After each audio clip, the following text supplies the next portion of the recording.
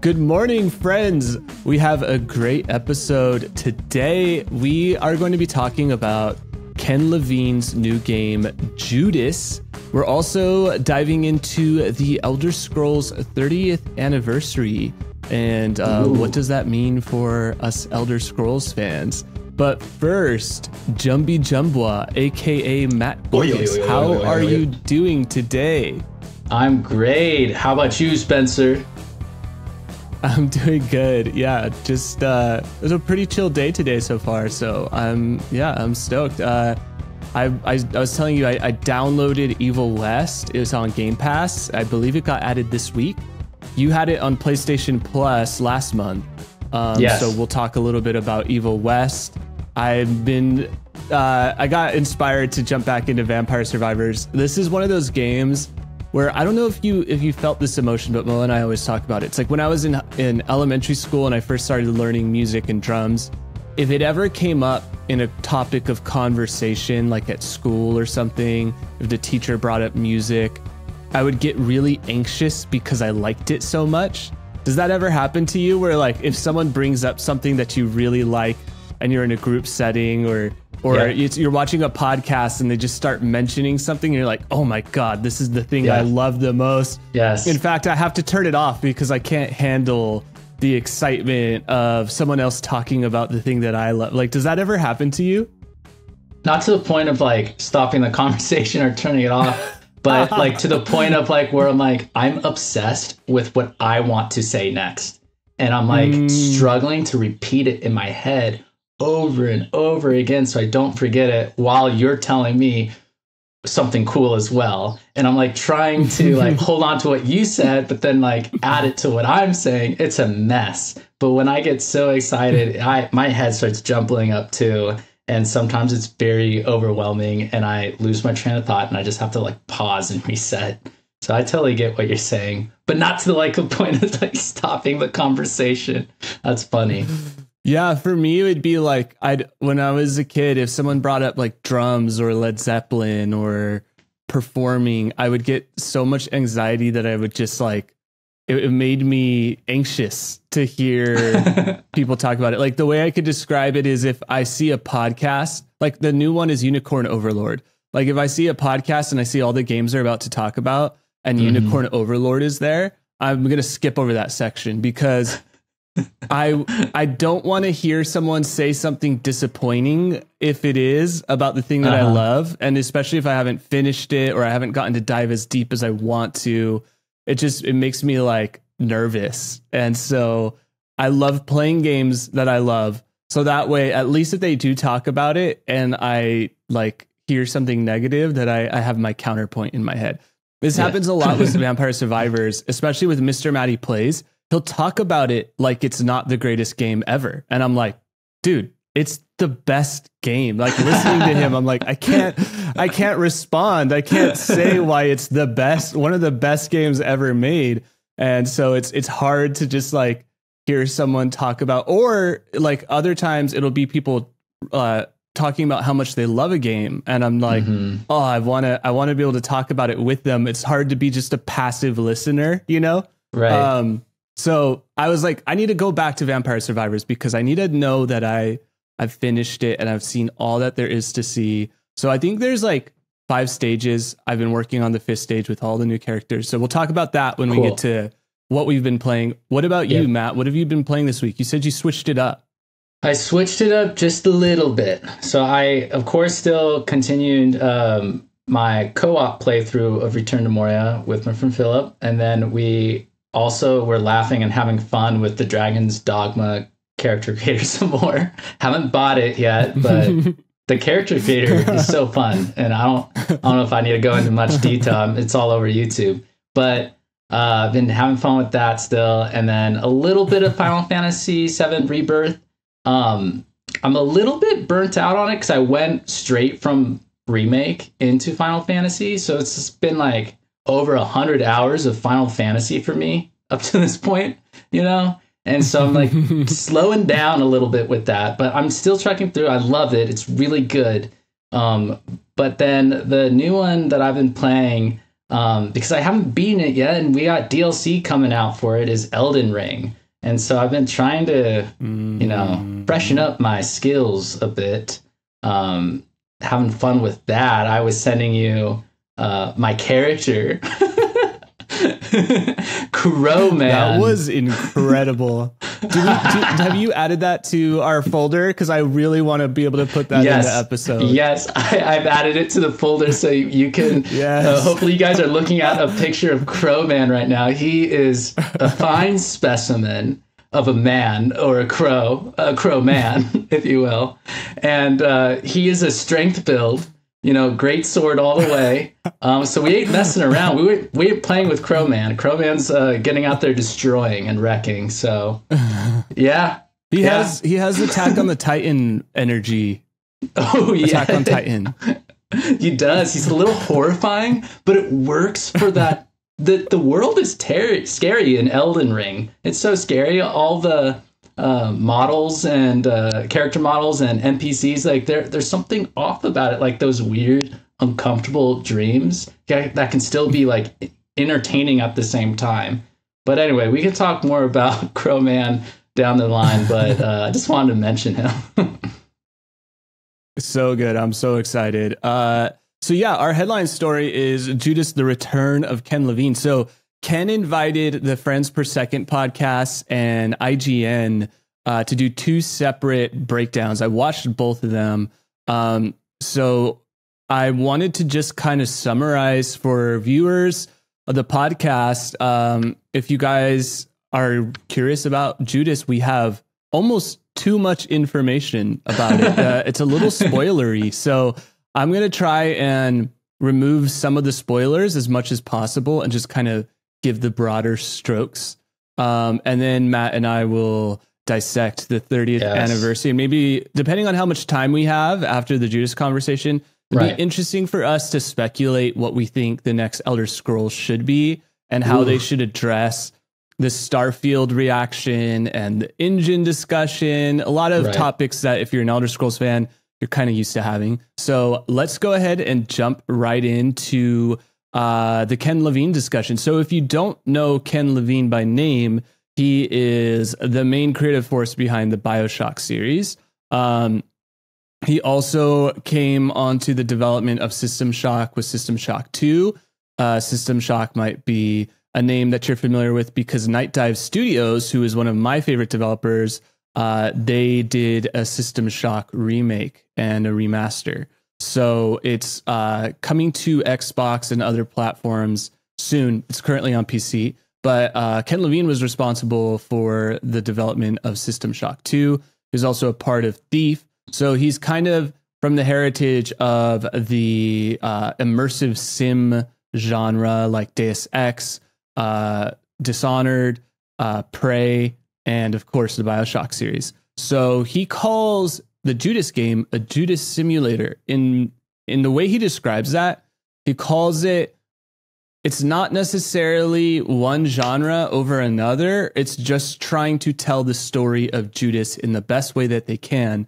So they're kind of mashing a lot of genres. So before we dive into the discussion, Matt, why don't you tell us your history with BioShock and the genre of simulation? Because that name is new to me. I just played BioShock when it came out or shortly after it came out. I didn't know about immersive sim as a genre. So I'm still trying to wrap my head around what makes something a traditional first-person shooter, what makes something like an RPG but not an immersive sim, or an immersive sim but not an RPG. There's also the discussion of like Elder Scrolls kind of, or I guess Bethesda kind of putting their hat into that ring. Todd Howard has been using the word simulation a lot. So what's your history with BioShock? Well, I haven't actually, honestly, I haven't beaten a single BioShock, but I've played all of them, if that makes sense. Like I've played the intro of all of them, and I've had a great time with what I played. My favorite was the third one. And I thought it was really bizarre and fun. I can't tell you why I didn't finish it. But I was in college, you know, we were busy. Most of the time when we got together with friends, it was like Smash Bros. It was always Smash Bros. Or Mario Kart. And so maybe that interrupted my playthrough experience with any of them. And I've been mentioning that I want to go back and actually beat them. I want to play through all the entire series. So maybe I'll do that this year. I've been itching for that first person experience, like Elden, not Elden Ring, but Skyrim, right? Or Fallout. So yeah, I've been thinking about getting back into the BioShock series because I haven't beat them yet. I'm actually not spoiled with the complete story of the stuff like I don't know yet. So that's kind of nice too. I'm totally in love with that dystopian, dark, weird science blend with magic world, and I'm excited to see how this one goes with the more of a space setting. Now, in regards to like life simulator, we're talking about like things like where you have to like eat, sleep, like kind of do some more lifestyle gameplay actions in a game, right? Is that what life sim is to you? So it's rooted off of Deus Ex and off of maybe Thief, Dishonored. I guess the way that I've heard it described to me is Prey, for instance, if there's a key card and you need to get the key card. The idea is that you could go up and above and down. You could smash through the door. You could find the key on the guard and then unlock it. You could hack into it. So this like notion, I guess, of like accessibility of options, like how many options do you have to solve a problem inside of the game? So Dishonored is like, there's a large area and you have all these powers and all these abilities. You could stealth, you could go in through the window, you could throw something and someone gets distracted. And so it confuses me because I come from the world of Bethesda with like that kind of simulation.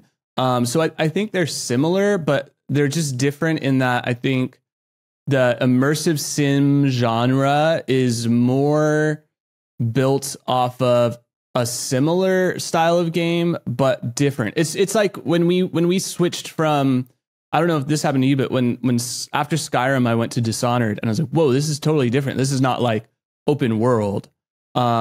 It's more linear, but the combat and the mechanics aren't linear. Like there's a lot of options in how you progress through the level. And you could, I guess maybe another one, I don't know if this is totally true, but like the new Hitman games I've heard maybe are kind of in that same kind of genre where it's like, how do you want to attack the problem? That you have a goal. How do you want to attack it? I would say, and again, I'm not a master of this genre and understanding how it works, but I would almost think like Baldur's Gate 3, the stories that I hear of how people solve problems, like throwing, I threw fire. Another kind of example that I kind of think of is like Dragon's Dogma 2, where you see clips of people like throwing their pawn over the bridge, and then the pawn fights the ogre, hits him in the leg, and then the ogre falls over, and then they hop over them. Like that kind of like reactivity of the game world to the player trying to, navigate the world. And so I need to play Prey properly because I've heard Prey is a great example of the genre because I've never you have played these powers. That, so I'm gonna have to try that out too. Yeah, so that's kind of what people are expecting with Judas, but there are a lot of surprises. So this game has been in development for 10 years. Ken Levine originally had closed down his studio, or it felt like he was he wanted to step away from AAA game development, and the stress caused a lot of turmoil in his life doing BioShock. I don't believe he directed BioShock 2, but he did BioShock and Infinite. But that just like basically it exhausted him. There was so much stress. So he wanted to do a small game under his own label, Ghost Story Games, underneath the 2K banner. 2K obviously publishing Rockstar games, publishing the new XCOM reboots that came out several years ago, and they published the BioShock games. So he created this new IP called Judas, and he described the need for AAA publishers to want to have their own IPs, because there was a leak of Phil Spencer saying this, how AAA publishing is in trouble because they rely so heavily on existing IPs of their old catalog or of third parties like Marvel. So knowing that, I think that's given a shield around Ken Levine and his studio, because they're providing a new IP that is kind of like being marketed in a way as a BioShock successor, but also not. Like I think this was to get ahead of the press. Now that the game is, progressing, I think they wanted to just quickly show a couple of gaming journalists like, hey, it's not exactly what you guys think it is. It's a little different. So let's get that prepared in the cycle now. So what is a Judas simulator? It sounds like it's a character action game. So we're all playing Judas. And Judas is a character that's hated by society. And it's a dystopian society. So very similar to BioShock, which you mentioned, how you love dystopia. You'll probably like this. And so the main conceit of it was this notion that, like, what if you could extend your life with science, and basically challenging the norm of like we live and we die. So it's basically built off of this dystopian CEO or business mogul whose family member dies, and he goes, never again do I want to feel that pain. And I think it might have even been where the family member refuses to take medicine because of a religion. So this guy wants to build a world with no religion, basically a totally controlled society because of the loss of his family member. He wants to put science forward. And so this is how Ken Levine was basically saying, my goal was to not just drop you into dystopia, but show you emotionally how the dystopia could be built. Like, so there has to be a reason for everything regarding this world that Judas is put in. So very similar to a lot of sci-fi stories, they're basically on a ship to a new utopia. And the ship is where a lot of the story takes place, or at least that's what's been revealed to us so far. Right. Now, the big surprise, and I'm curious to hear what you think about it, is it's a roguelite kind of inspired by games like Hades. Yes. So have you played Hades? Do you like roguelites? What are some games that you've interacted with that are roguelites? Really for me, the only one that comes to mind is Hades. And I was actually playing it for a little bit last week. I was streaming it, playing with some friends. And I like it. It's a good time. Is it my favorite style of gameplay? Not at the moment. Could it be one day? Yeah, it depends on the game for me. I think it's cool. I think it relies heavily on, art style aesthetic, because you're going to be replaying a lot of the same levels and designs and maps and finding the same enemies over and over again. And then with some variation, right? So I think if, it looks good, it feels fun to play, and people fall in love with the aesthetic and the vibe of the game, it's going to be fun to, go do it over and over and over again and get better at the game. I haven't played too many roguelites, but Hades for sure. What about you? Yeah, I love roguelikes. But again, it's one of those things where um, you it's like it's hard to explain. One that he described that he was inspired by is Risk of Rain. Another one is FTL, which I really want to play. I love Into the Breach. I've played Moonlighter. I've played Children of Morta. Darkest Dungeon is another great one. I don't remember if I've already said Dead Cells, but I love Dead Cells. Cult of the Lamb. I don't know, for whatever reason, it just works in my brain because I'm not good at gaming action all the time. So knowing that I could die and then kind of RPG my way into power is like always a good thing for me. So it's like kind of the opposite of like save scumming, which I really appreciate. Like if I don't have to save scum to beat a game, I could just kind of expect to die. Then I love that. And that's why I like Liza P. It's like Liza P rewards death. So yeah, I think that this could be a really cool implementation. But I also worry that it'll turn off people who just hear the words roguelite and are like, I don't want to play it. And then let's see here. So he let the people play for 5 hours, and he was like, I can't explain to a gamer why they should like the game. And he joked that when they were developing Thief or System Shock 2, I don't remember quite which one it was, but he said the joke was like, oh, when we're done, we'll put a README file that says this is why the game is fun. Basically a reminder that like game developers, they don't get to tell players why it's fun. It has to be baked into the game. So he was like, with these previews, I just wanted to like literally have these game journalists over, put them in a room and have them play it with no context. And then we'll talk about it after, which I thought was pretty cool. Yes. But yeah, so they played for 5 hours and they discovered the roguelite feature. I've heard that it's pretty difficult. Like there's one healing station and you only get to use it once. And so you're really utilizing your resources and kind of really protective of that component. And so what it sounds like is Judas is this character and the roguelite component is built into the story of Judas being an engineer and understanding how to survive in this society where it's kind of giving Westworld vibes. Okay. I see that. So yeah, so using her engineering skills and her hacking skills, she's able to become kind of like this almost like messiah to this world where she could kind of, she's like the Neo, like she has the most abilities. And a lot of people resent her for that.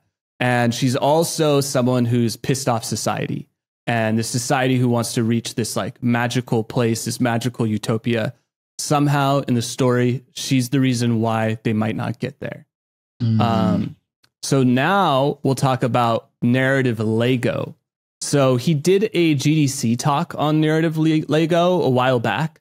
Essentially, after he developed BioShock, he felt like there has to be a way to take players into a game and have that world react to the player, not just react to the character that the player is playing. Meaning in BioShock Infinite, you interact with Emily and Emily is going to follow the script of like how she's supposed to feel about Booker as the story goes on. And so sure, you could do stuff, but you're not ever going to really change Emily's perception of you besides whatever's been scripted.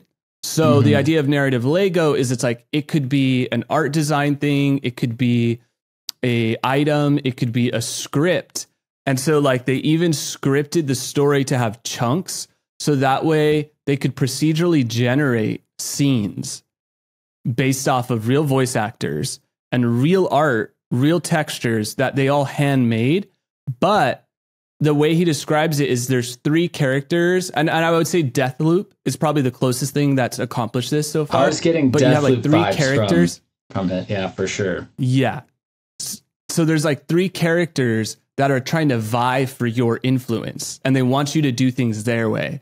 So they might say like, hey, she's over there when you're trying to stealth. And so that's like a procedural kind of like dynamically implemented moment where they've set up the system to react. Oh, the player is stealthing right now, and the player is not working with this character, so sabotage them, or like try to convince you to join their side. They might realize that you've been using a lot of this ammo and you don't have this ammo. So they'll be like, hey, if you open this door for me and follow me, I'll give you more of this ammo. And so like, it's this whole world to where, and the way that they were describing it is like, when we played it, we weren't fully aware of what was like, are we all seeing the same thing or not? Like, it feels so far from the impressions like, oh, where it feels like you're playing a single player game with a story, but my story is going to be totally different than your story, right? Because we have basically like this narrative Lego at play that's kind of controlling the scenes. So the closest example in terms of under the banner of XCOM, or under the banner of why am I forgetting the publisher's name? Same large. Say that again. 2K. 2K. Yeah. So under the banner of 2K is XCOM. And so like XCOM is kind of similar, where it'll take the textures and it'll take the map and the enemies, and it'll kind of like disperse them for you. And it'll take story moments and kind of like shuffle them as you're playing. So it's always a little different. So I think that he was really inspired by like the strategy element of XCOM and how it's reacting to you. And he was even saying that he wants this technology to be utilized for the XCOM developer. I think his name is like Jake Solomon. But like, oh, you guys could build a strategy game inside of our technology now. Like, it's not just a technology that he wants to use for this game, but he wants to use it for more games. So yeah, he was like saying like, what if Emily, based off of your actions, could just go, I don't want to work with you anymore. Like, instead of you like, Emily, follow me, Emily, do this. It's like, no, I don't want to work with you. So what are your thoughts on that? I mean, as Bethesda fans, we've interacted with something similar, right? With like Radiant quest design, emerging gameplay, moments where you're like out on a map and suddenly a dragon comes or Brotherhood of Steel comes. Like, what is your thought about that kind of thing? Does that make you excited? Does that make you apprehensive? No, I think that's a good thing. And I think that's cool. It kind of reminds me a little bit of what's going on with AI, where now it almost feels like the game has a brain and it's reacting to how you are interacting with it. And that there's something interesting about that and intriguing about it. So it doesn't deter me at all. It does totally feel like the Matrix, like there's a brain behind this world you're in and you're interacting with it and doing what you can do. And then constantly it's fighting back at you, right? I also get a little bit of Skyrim vibes where, you know, the more you use a weapon, the more proficiency you get in that, and skill points, right? That you could use to buy into that skill tree. So I get a little bit of what we've already seen from other games, but it sounds like it's ramped up a lot to even include narrative and story decisions, not just like items or not just your weapons and your skill tree, how that works. So yeah, I'm excited to see how that plays out. It could either be kind of I would say confusing, especially if like, say like your game's completely different than another player, and say you're struggling at it and you're trying to figure out how to progress in the way you need to progress. And so you're like trying to find someone online who's talking about the same thing. And there's a little bit of that problem even with Return to Moria. I was talking to you how like each room or floor is procedurally generated and the idea is still there, but like I have to take what I see from a YouTuber and like the ideas that they had and somehow adapt that to my gameplay. And it wasn't so bad for that game, but it just makes me wonder if there's more that's procedurally generated is that going to create conflict with the community? I don't know. What are your thoughts? Do you have the same concerns? Or? Yeah, because like I go back and forth. I always like procedurally generated game. I don't know. It's all in how you market it, right? And how well you can translate that, because Dead Cells is procedurally generated, and I love Dead Cells. And I don't think Vampire Survivors is as procedurally generated, but they add a lot of modes that probably are procedurally generated. I want to say Last of Us is incorporating some kind of roguelike procedurally generation with their extra mode for Last of Us 2. So I think it's a great gameplay extender. I really liked XCOM, but I do know what you're talking about with that difficulty element. Like, I don't know if I've told you this before, but XCOM 2, I remember getting really far, like, I don't know, like 10 hours into a campaign, 15 hours, who knows. And then getting faced with an alien that just like essentially one-shotted me and just like my whole squad. So you could either go, wow, that was so cool, start over, kind of like Baldur's Gate 3, what I hear. Or you could go, oh my God, that's so frustrating. And then when you Google it, they're like, yeah, you had to research this one weapon to be able to face that enemy. That enemy always comes there. And the only way to really beat that enemy is to have that technology that you would have had to research at the beginning. So it's kind of like when you get hit with that difficulty spike of a Lego puzzle piece where like now that enemy gets dropped in, that boss gets dropped in, or that enemy variety. It's like, oh, you kind of needed to know that at the beginning. That's always a little frustrating when that happens, because then the game kind of becomes not just the immersiveness of the game, but understanding how the game works as like a guide kind of thing. And that's what I've liked about Lies of P is I haven't had to look up guides yet. I could just figure it out all on my own. Yeah. And so that makes me apprehensive when I hear procedural generation, because usually to get through the different stages, you have to have a really good understanding of the game design. And it's not always necessarily explained. Like imagine fighting a boss, right? And this boss is procedurally generated in all the games, right? But it pops into your playthrough at a different time than another person. And that other person got a bazooka and you got a machine gun. But this boss is more weak to bazooka. And so now you're having a harder time with the boss than you should, because the game generated something else in a different order. Now, is the game going to be smart enough to be like, okay, I know that I want to generate this boss now, so I am also going to randomly generate the bazooka somewhere in one of these rooms for one of your lives, I guess.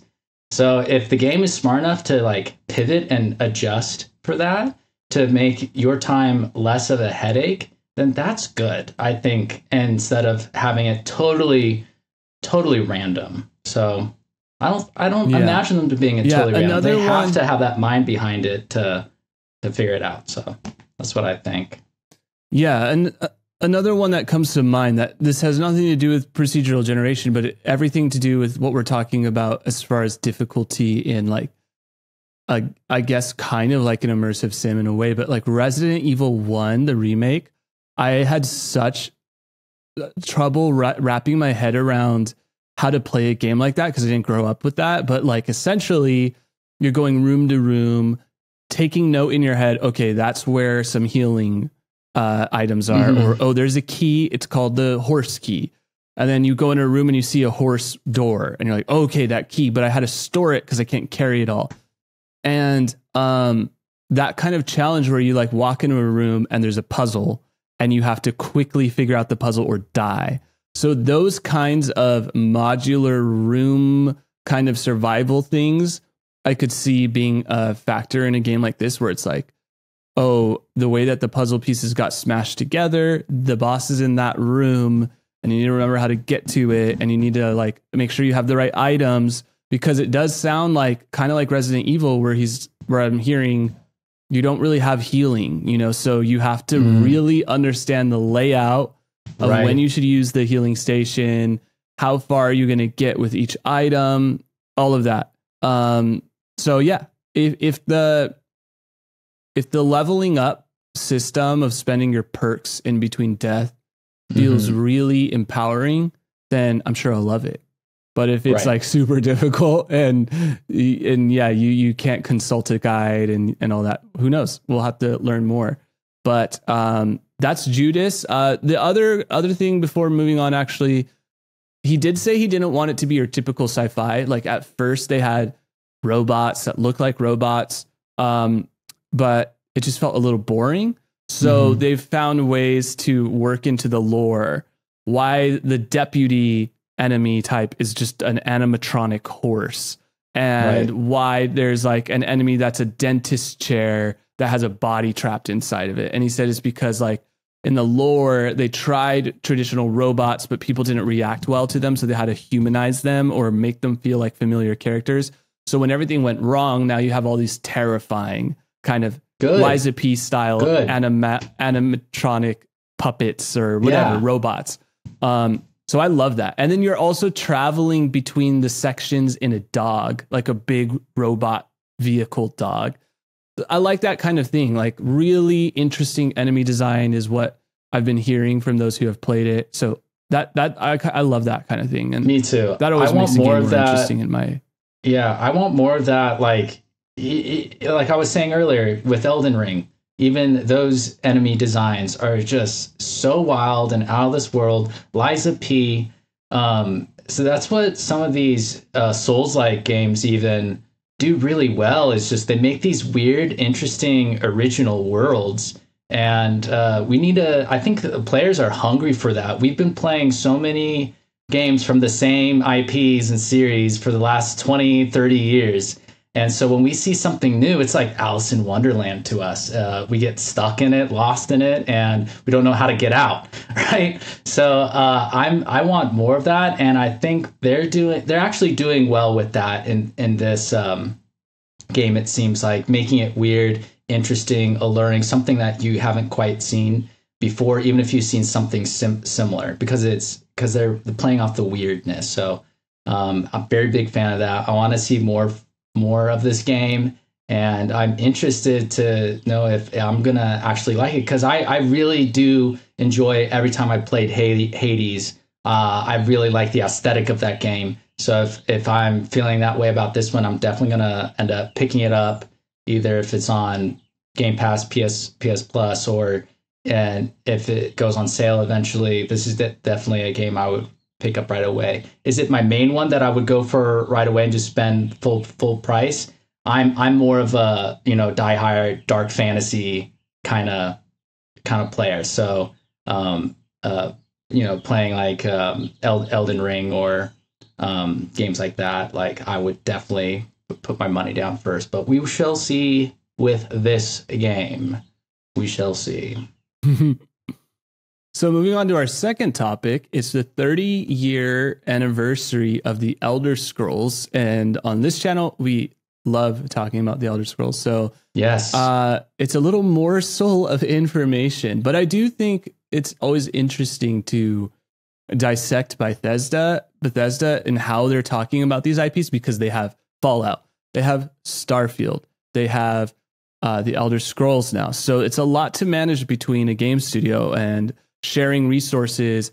And then as a publisher, they have so many other things like Doom and Quake and Wolfenstein, now Indiana Jones. And even that, there's a lot of cross-pollination of their studios. Like, for instance, when Night Dive was remastering Quake 2, they had Machine Games doing a mission pack. So like there's a lot of integration at Bethesda. And so, yeah, I think this is their way of kind of like starting to interact with that audience again, kind of rebooting the line of communication with the core Elder Scroll fan base outside of Elder Scrolls Online.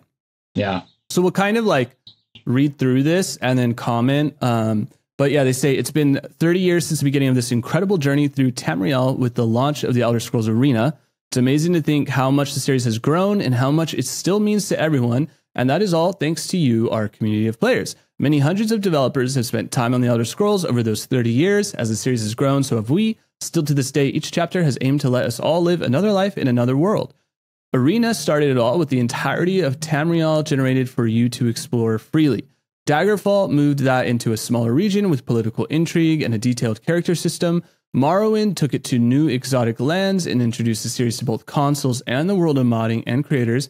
Oblivion brought us to the hearts of the Empire, Realms Beyond, and all new gameplay mechanics. Skyrim lets you do battle with dragons in Tamriel's harsh northern province. One of our goals has been to make sure everyone can still enjoy these games today, and we continue to work on new ways for you to experience them. Arena and Daggerfall can be downloaded and played for free from theelderscrolls.com. Xbox supports Morrowind and Oblivion with backwards compatibility and upgraded to 4K. And of course, Skyrim is on everything.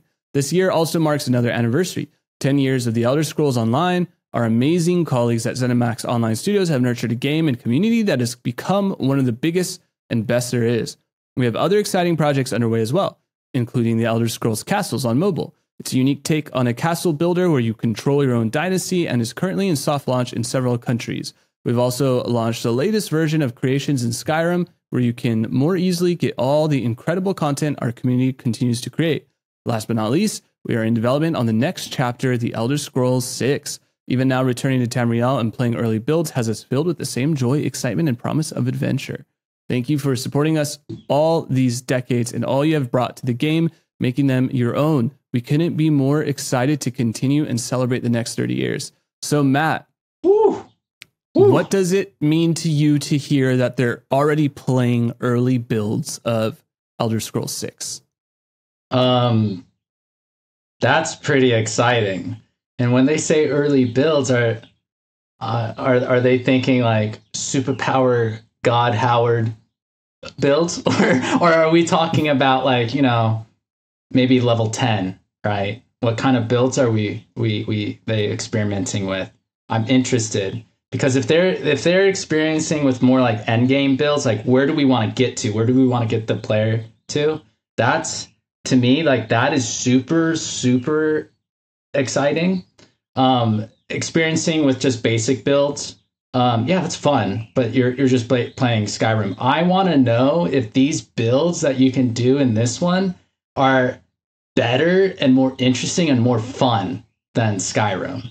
And so if they're getting hyped about these builds, that's what's exciting to me. You understand what I'm saying? Yeah. I mean, it tells me one thing, if they're saying early builds, like to me, that means, okay, they're taking the Starfield engine, they're upgrading the tech.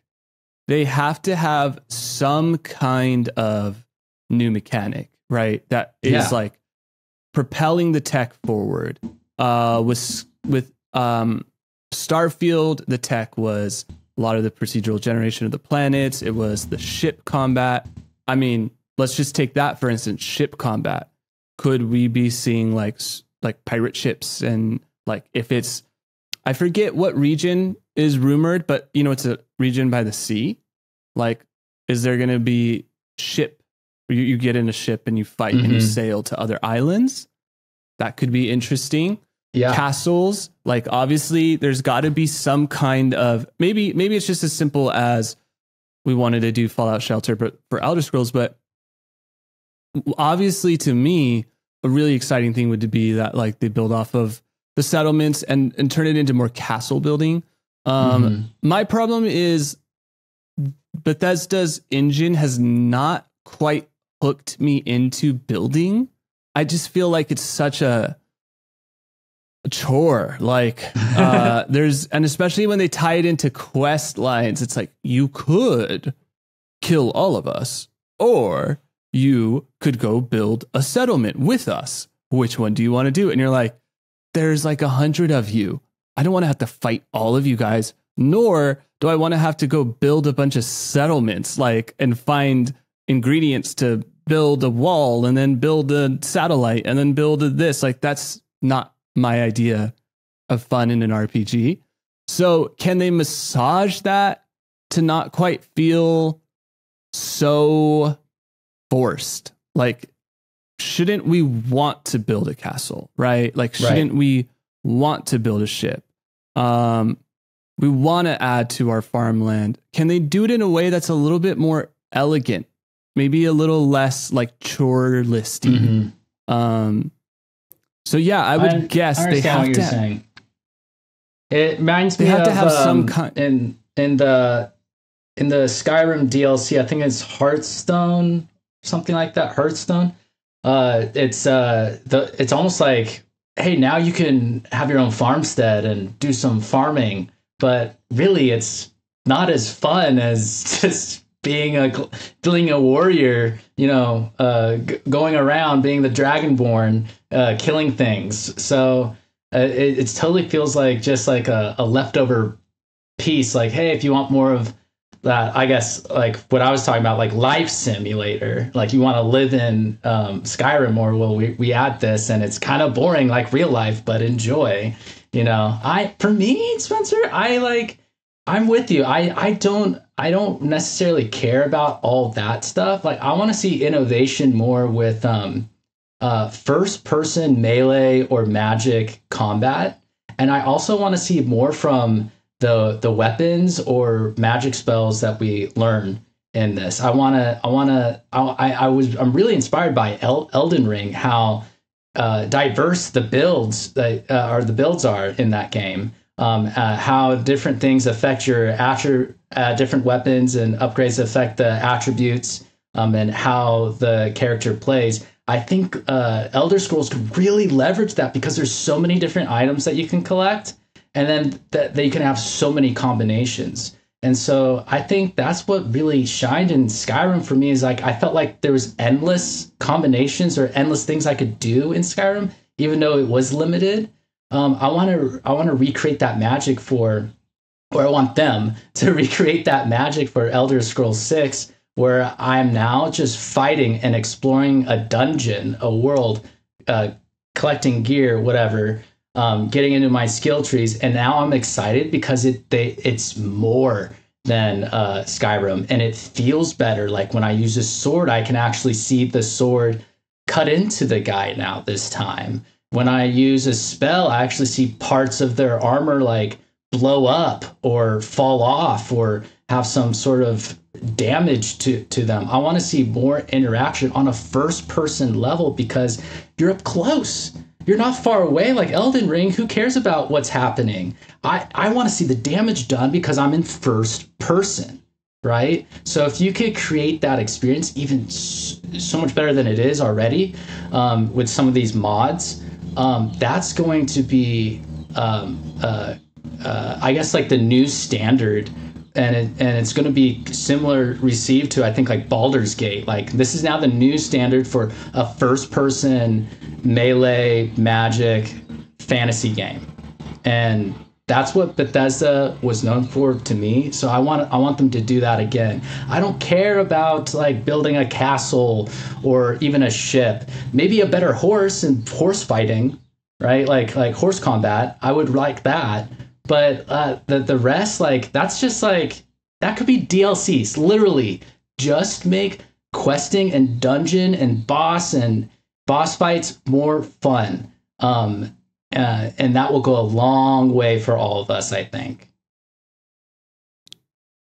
Yeah, no, I totally agree. I mean, I love building bases in StarCraft or building bases in Age of Empires, or, there are games where building the base feels fun, but my favorite experiences inside of Bethesda's technology is when and I go back to Morrowind, but like when you find a cool like castle that's already been built and you just like take it over and you're like, this is my home now. Like that's good enough for me. Or like you find a room in a cool city and you're like, I like this spot. This is my spot.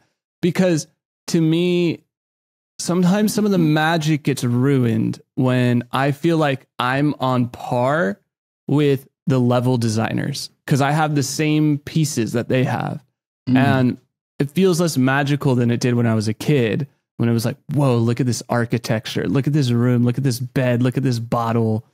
But then when they give it to all of us to build our own thing, it's kind of like you look around and you go, oh, I could have done this. Like, I'm just like you, and it's work now. I have to work on this level like you do, because I have to build my own like little village. Now, some people love that, and I'm glad that they love it, but could they find a way to not make me feel like when I play with StarCraft maps, I don't feel like I'm working as hard as a base builder as I do when I'm playing. Another example would be Command and Conquer. Like there's a gratification to like putting all the pieces there and being like, okay, here's my wall, here's my turret, here's my thing, like all that. Mm-hmm. Like they found a way to do that. I think that Assassin's Creed Black Flag did that pretty well with ships and ship combat. So it's not impossible to have compelling combat and exploration and fun building, but they would have to want to rethink that. And I don't know if they do. Like, I don't know if they feel like that's worth rethinking. I really think that they are highlighting. Oh, sorry to interrupt. Go on. No, go ahead. I was just going to say, I really think they're doing a good job, though, with this press release of saying we are already playing early builds, and it's already being filled with joy and excitement and promise of adventure. I think that is so crucial that they just said it, and they even said it like that, because I think for most of us, when we think of Skyrim, we think of our character. It's very character focused. And so they just, it's very nice to hear that they understand like the roots of all, I guess, love and adoration for this game is within the freedom to make your own character, right? And that's a little bit like Baldur's Gate, right? And so maybe they could learn a little bit from Larian Studios with how they now make you fall in love with your character you create, right? And how can you do that in Skyrim and be thrown into a sandbox world where you don't even have to go play the main narrative, right? Like you could make your own narrative. Maybe that's like the little bit of that life sim we've been talking about, right? Where here's the physics, the rules of the world, and even you have your own intuition of how they work. And now use your imagination, do what you want. Now some players struggle with that, but I know for like you and I, like we could think of things to do, like, oh, there's that cave, I'm gonna go in that cave right now, and that's gonna inspire something else down the line. So I'm very excited that they are talking about that and having that focus on early builds, I guess they said. And I want them to stay there. I don't want them to go too far and make a castle building, a shipbuilding kind of thing. I like that they're mentioning that focus right there. So that's promising to me. Well, I feel like your games that we're talking about are going to be another good kind of talking discussion point with Elder Scrolls in mind. So tell us what brought you back to Elden Ring, because I haven't beaten it. I feel like Liza P is my tutorial for Elden Ring. Like it's preparing me to play Elden Ring, and I'm really excited. So maybe like as a Skyrim player going into Elden Ring, what do I need to know? What are some things I should consider when I do finally jump back in? Because I would get like destroyed by wolves. I would like have trouble understanding, like, okay, should I be running the same area again and just like getting better and better, or should I like, is there an like, where do I get my XP and my weapons, and how do I access the ability to go further? So I have not a ton, but I have several playthrough characters files, right, that I've started with Elden Ring. And I would say the first time I played, I made a lot of them because I wanted to try out every class that they offered in the beginning, the builds. Because I didn't know if I was going to play better as a fighter or mage or more of a bandit type. And so I wanted to try all the gameplay styles early game, especially because this is kind of my first From Software game.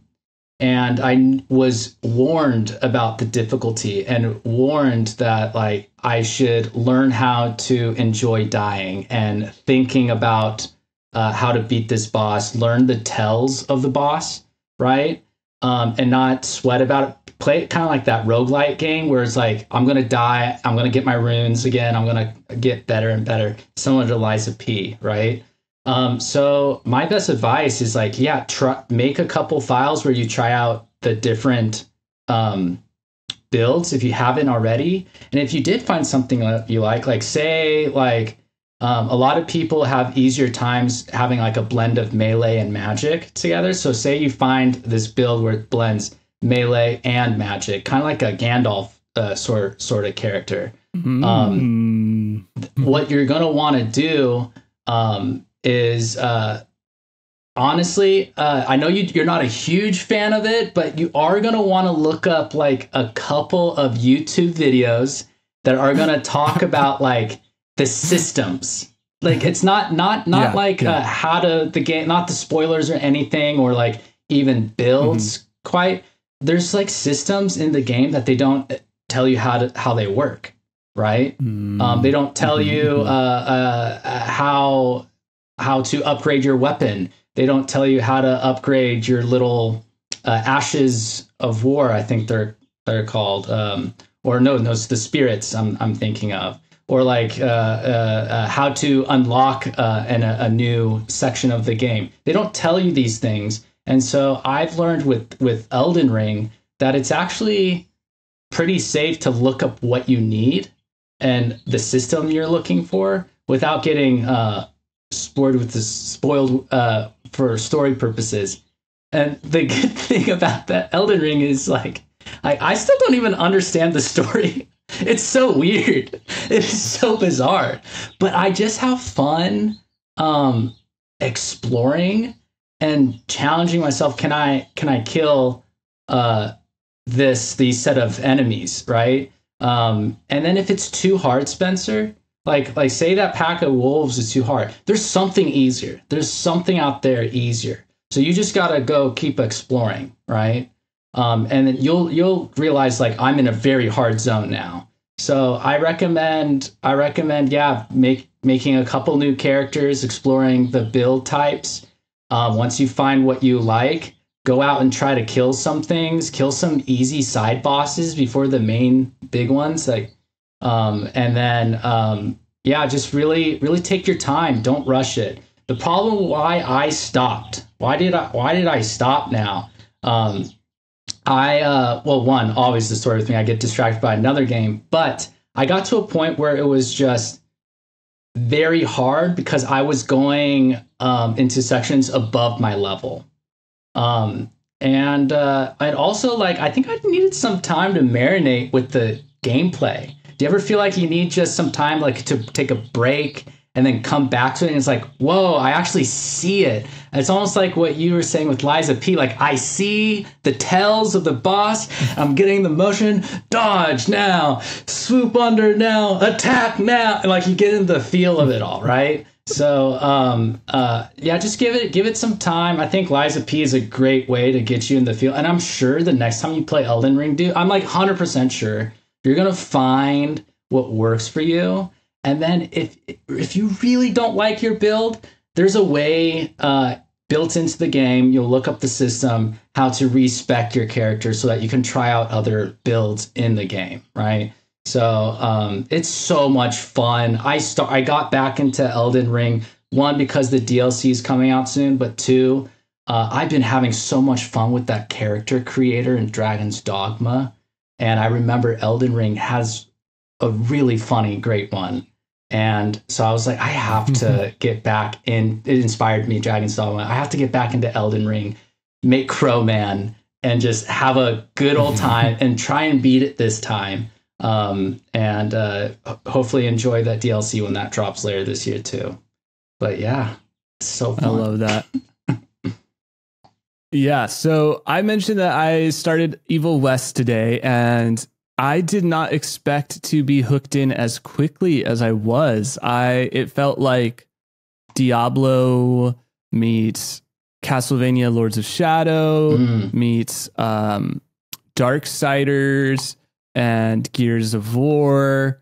It just has that early 2000s, maybe even mid 2000s Xbox 360, PlayStation 3 charm. Totally. The outfit is totally reminiscent of that era, kind of the chunky armor, the bright red, where everything looks like in that Darksiders kind of comic book style. I'm a huge fan of Spawn, and there's a character called Medieval Spawn, and he's like one of my favorite character designs. And this reminds me a lot of a Medieval Spawn, where it's like armor that looks futuristic, but also looks medieval. And in this case, the way that they've incorporated Western kind of 1800s, maybe early 1900s kind of art with kind of futuristic steampunk, but then also blending in the Castlevania vampire aesthetic and a little bit of a eldritch horror. There's vampires with like tentacles coming out of them. I love that kind of thing. Gross kind of enemy design. And then there's also this cool, and this reminds me of Diablo 4, but like the pyramid below the ground with the emerald kind of green dungeon. It's just a very vibrant game, and I really like the character designs, particularly of his friend that you meet. I'm only like 2 hours in. I've beat a couple of the stages, but so far I'm really liking him. I want to say his name's Edgar, but like the character dynamic is cool. It kind of reminds me of Uncharted in that way. And it just feels effortless, which I love when games make you feel powerful. And it's like a roller coaster, and you're on the roller coaster ride. And there's just that really strong pacing. I really love the rifle combat. I forgot about all the other options. I was trying to like use the rifle against like a whole horde of like bandits, and I died. And I was like, oh, I should probably like do the rifle and then the pistol and then go in and then dodge and like parry them. And then like I need to do the full combat system, but the rifle is so satisfying that I'm like, I'm going to put as many points into that rifle and push that as far as I can.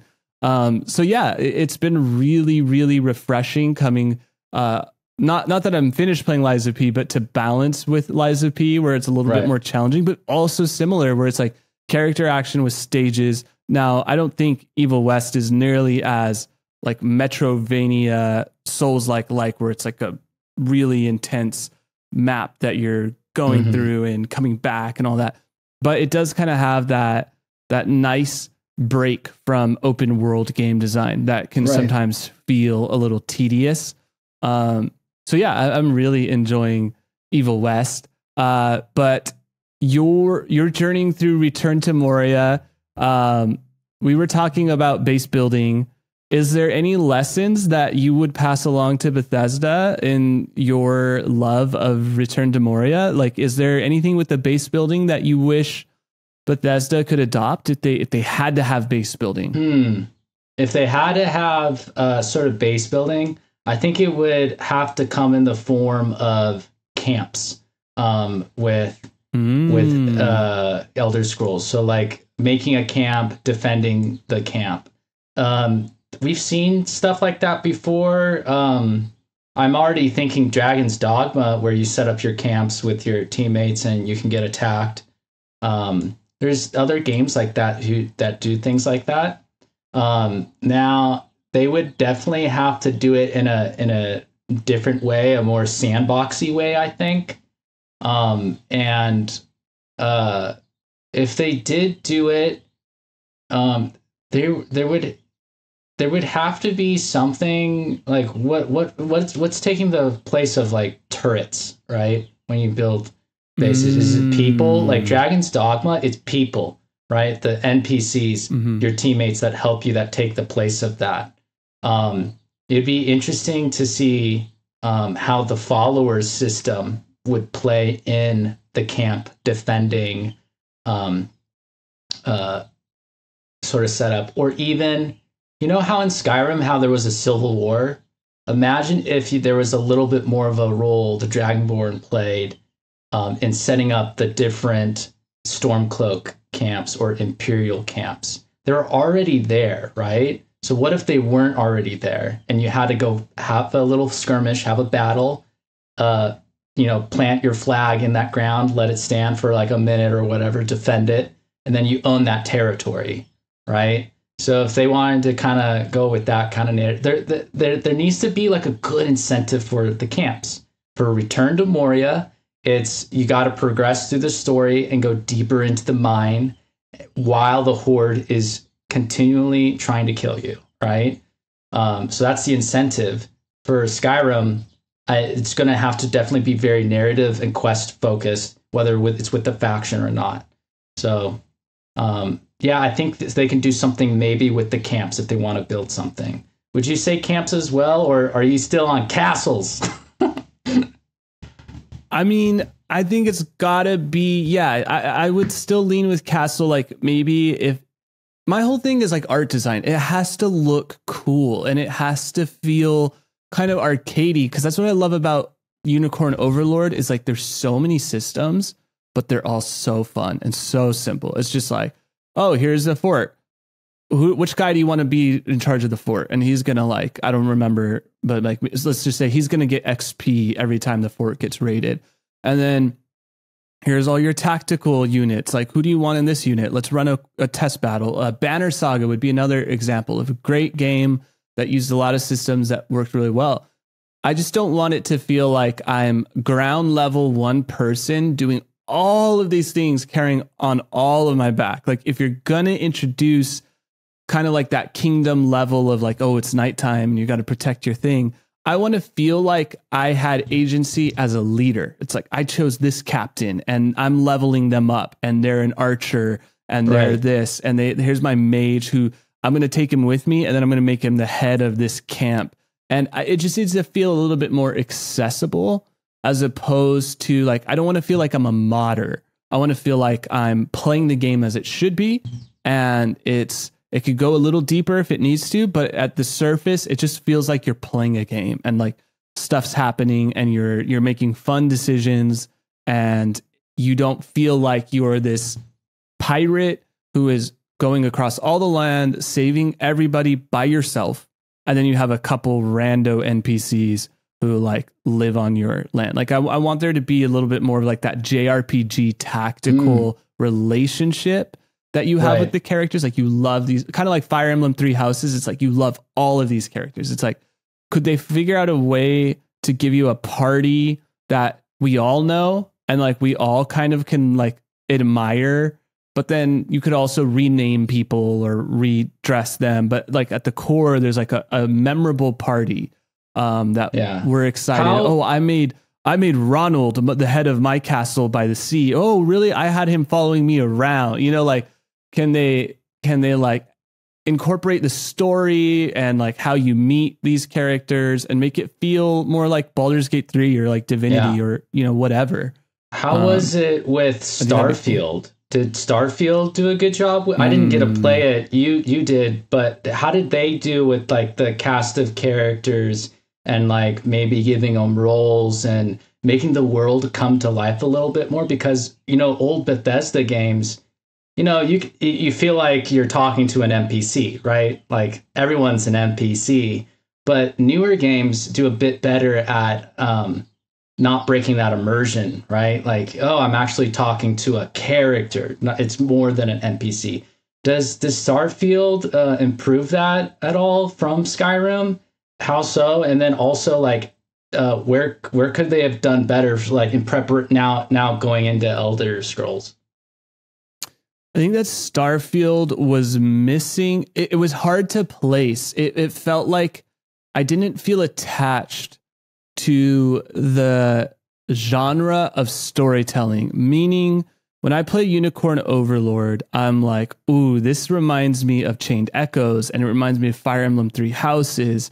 And I'd imagine it would remind me of Triangle Strategy. You get all these like this flood of memories of great gameplay experiences. You know, Banner Saga. It's like it just like floods you with these memories that other games gave you. That was my struggle with Starfield, and I haven't finished it, and I do need to go back. And maybe I'll do a let's talk about. But for me, with Starfield, where Starfield shines is the going into a dungeon and having great gameplay, like, or feeling really like, okay, I landed on this planet and there's this lab. It's going to be fun engaging with the combat. Where it really, really struggles is loving the world. Like, it just doesn't feel like a world that's easy to love. It feels like a world that is serving the desired systems more than it's serving the storytelling immersion. Like, and I always say this, but Morrowind, the beauty of Morrowind is like, when Nate decided I was going to play as an elf, it was like, there's so much gratification looking at your elf and being like, okay, this guy is going to eventually become really powerful, and it's going to be fun fighting a rat for the next like hour, and just like leveling up. It's like, ooh, now I can fight this. And it feels like high stakes, right? And so just venturing out a little further feels more and more rewarding. Same thing with Oblivion. But where Oblivion struggles for me as a player who never really got to play Oblivion, my first impressions were like, oh man, the dungeons are a little too big and they're a little too samey. Skyrim, I think, kind of starts to do that dungeon thing better, but Starfield struggles for me like Fallout 4 struggles, where it can start to feel tedious. You're in a thing, and there's not that like hookiness that you want, where you're not like, ooh, I love this world, I just want to live in the world of Starfield. Like, I never have felt like it does. Like 3 hours will go by and you're like, whoa, I already have 20 to 30 hours in this game, or I already have 40 hours. Like, right. That goes by. Like, it does have that like gameplay loop addiction, but it doesn't leave you with that feeling, the feeling of like, ooh, that was fun. So you're like somehow spending a lot of time in the world, but you're not getting that emotional attachment that you want. So I think there's a huge, they need to spend a lot more time on the art style. They need to be more bold with the characters, because the companions of Starfield, I did not feel attached to. Like, I because I didn't know what they were supposed to be. Like, are they supposed to be funny? Are they supposed to be quirky? I feel like Baldur's Gate has an advantage in where everyone says it's a horny game. It's like, well, at least everyone knows what it's going for. Yeah. I would say the same thing with The Witcher and the same thing with Cyberpunk. It's like, these characters are supposed to be hot. It's supposed to be a cool, like, neon world that's edgy, and they nail that. But Starfield, it struggles to, it wants you to be in, now you're in the Cyberpunk city. Now you're in the Mass Effect city. Now you're in the Fallout city. And they probably should have committed to one of those, as opposed to like, all of these cities are very different from each other. Because then it just starts to feel a little shallow. Like the one, there's like a party, and I've seen it in Mass Effect and I've seen it in Starfield, where you walk into the like corporate district club kind of thing, and it's just like people who are like this. And you're like, that is not cool. Like I feel like in Cyberpunk, if I went to a party, they'd be like actually grinding on each other, and there would be like strippers, and there would be like people drinking and people smoking. But like, it reminded me of Mass Effect, but even Mass Effect was more like sexual than Starfield. So it's kind of like, what is the fear? Why is it trying to be so safe? Because I go back to Morrowind, where like you have like the House of like Pleasantry, and like the girls are way more like sexualized in that than anyone so far I've seen in Starfield. It just feels really safe, like really PG.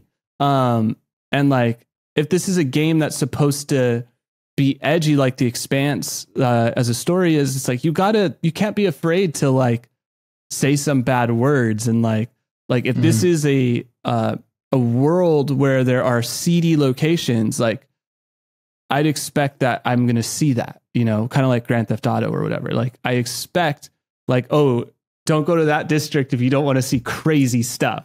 But instead it's like, oh man, this party's awesome. And you're like, that's the best we could do for like a cyberpunk, like kind of seedy district area. Like, I don't know. It doesn't feel like it's edgy enough. Do you think Bethesda struggles with bringing characters to life. Like, I get that, like, I love the weirdness and the awkwardness and the roboticness of some of those characters in Skyrim, and it's the same voice actors over and over again saying some of these same lines. Like, that's part of its charm for the time.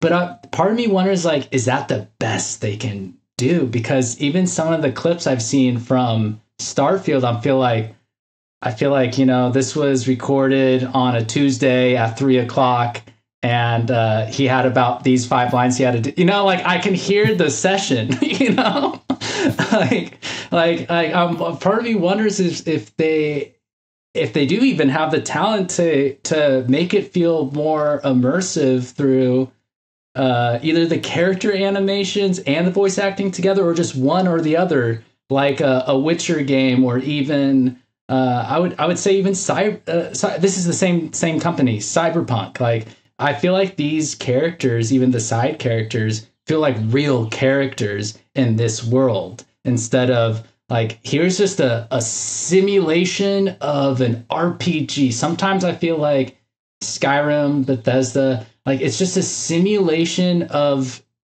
a tabletop RPG experience.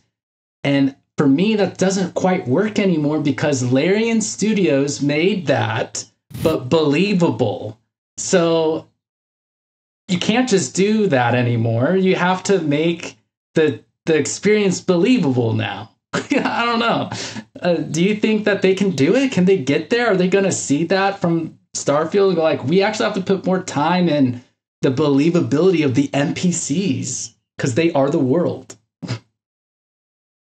Yeah, I mean, I hope that the game feels informed by how great a single player experience can be, and that, yeah, they don't lean too hard on this is just the next iteration of a Bethesda game, but that they go, this needs to be like Lord of the Rings, like this needs to be like Dune, you know, this needs to be Baldur's Gate 3, this needs to be Cyberpunk. Like, I hope they see that they'll win more if they go weirder and bolder and more graphic, more dangerous, more exotic. Like, I don't want them to try to make a safe game. I don't think it should be safe in the artistic presentation. I think they should not be afraid to go stylized either, because that was one thing that was a problem with Starfield, is like some characters look like they were completely different model textures than others. Wow. Like, some would look really great, and then others would look like clay, kind of like, you know, like almost as if like they should have went with like a Dishonored kind of heavy art style. It just doesn't. Yeah, some of the NPCs look really, really rough in Starfield. So I would say go small. Like, knowing what we know now, go small and dense as opposed to wide and shallow. Absolutely. I would rather have them, you know, focus on the builds, focus on the action, focus on the RPG dungeon crawling, that whole Dungeons and Dragons, building your character, trying to survive through the narratives. In an interesting world that has a ton of lore and a ton of opportunities to absorb it in multiple mediums, whether that's through books or narrative, right? Or even through collecting items, like the items even add to the lore, right? So focus on that, make that really good, make the characters really good. And then sure, if you have free time, like if you have the free time, add the castle building or hearth building, the farming, add all that stuff. But let me tell you, you got to have your priorities straight. And for some reason, because I guess the competition's so real and everyone does different things, everyone wants to add something new or build on top of what exists. People are forgetting the basics now of what people like because they're trying to have a new recipe, right? Go back to what people like, do it really well with that twist of paint, a deeper lore, and deliver, like, have some good writers deliver me a good narrative that's going to drive this desire to be the best character I can in your universe and conquer the lands, right? I don't need any more than that. So if anyone's listening to this, that's a developer, focus on the bread and butter of it, and it's going to do very, very well. Tell us about Dragon's Dogma character creator. What have been your favorite creations? Do you think that Bethesda will be able to go toe to toe with Elden Ring and Dragon's Dogma character creators? Like, this is another thing where it's like, man, there's so much competition now. Yes. I think, well, how was Starfield's character creator? I never got to mess with that. Was that better? And or where you still feel like you're making really weird characters? Yeah, it was rough. It was not crazy inspiring. Okay. Yeah, no, so I hope they improve I'll tell you what I love about Elden Ring character creation is that you can make it really weird and scary, and that fits the world, right? You have a ton of control in that way. And if you want to make a pretty character, you totally can. Easy as well. Is there a lot of diversity in the looks of your character? Like the vibe of it, the aesthetic of it? No, Elden Ring's a little bit more focused in that. But Dragon's Dogma, what I found about that character creator is you can get a great sense of realism with it. I've made myself in a likeness I've never been before, and it's really weird. And especially when I put the character into different vocational outfits, it literally looks like I'm cosplaying. It just, I need to send you more images of it, but it literally looks like me. Maybe you could post it with this, but it literally looks like me, ripped. You know, I got to be ripped, and then inside of like a suit of armor. Like, it's so funny. And so I love the realism I can get with that. But then also, like, I tried making Crowman again in Dragon's Dogma, and I was still able to make a really goofy, fun, bird-like character. So I think at the end of the day, Dragon's Dogma wins for diversity, but still having it be fun enough to make silly-looking characters as well as cool-looking characters. But I think at the end of the day, like a good character creator is intuitive, like, and easy to use with having a good set of options. And hairstyles. You got to have, those are super important, hairstyles. And so, yeah, I'm a huge fan of Dragon's Dogma. I made a weird looking character. I sent you one of them. He had like missing teeth and just really weird looking. and then I sent you truly horrific. Me. Yeah. I'll let you decide if you want to show everyone. Spare them. But yeah, I love it. I made me think, like, I want to see if everyone can make themselves. Like, I want you to get in there, Spencer, and see if you could make yourself, like, sit down with Mo and like have her be like, no, the slip of your profile nose goes in, you know, like do all that with her. And I'm sure that you could probably get pretty darn close. Take your time. It took me, like, no joke, like 2 hours in that character creator just to make me. It took a while. But it's fun. It makes me want to get the game so I can actually just finally, for the first time ever, feel like I'm playing me in a game. So one day. That's amazing. One day.